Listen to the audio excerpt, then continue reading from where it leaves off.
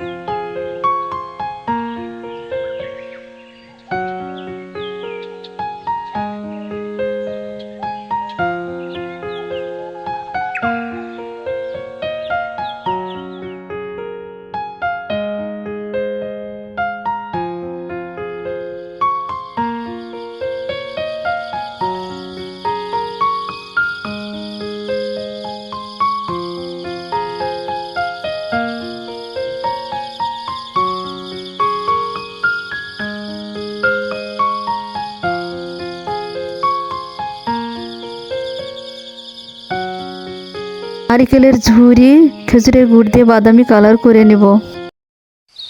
এভাবে বাদামি কালার করে নিতে হবে।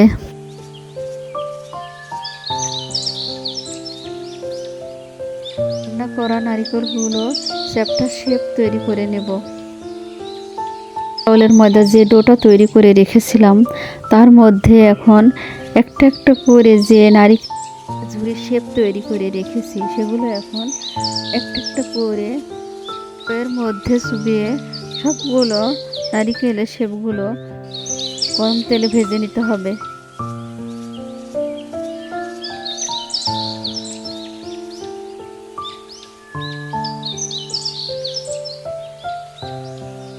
পিঠা ব্রাউন কালার করে ভেজে নিতে হবে।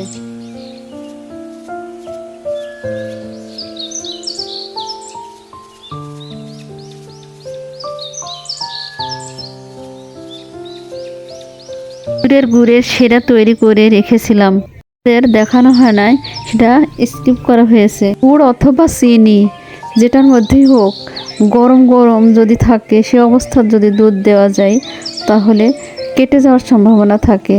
তাই যখন শিরাটা ঠান্ডা হয়ে যাবে তারপরে দুধ ঢেলে দিতে হবে, তাহলে আর কেটে যাওয়ার সম্ভাবনা থাকবে না। রেসিপিটা আপনাদের কাছে কেমন হয়েছে? ভালো লাগলে লাইক কমেন্ট শেয়ার দিন, সাবস্ক্রাইব করেন। আল্লাহ হাফেজ।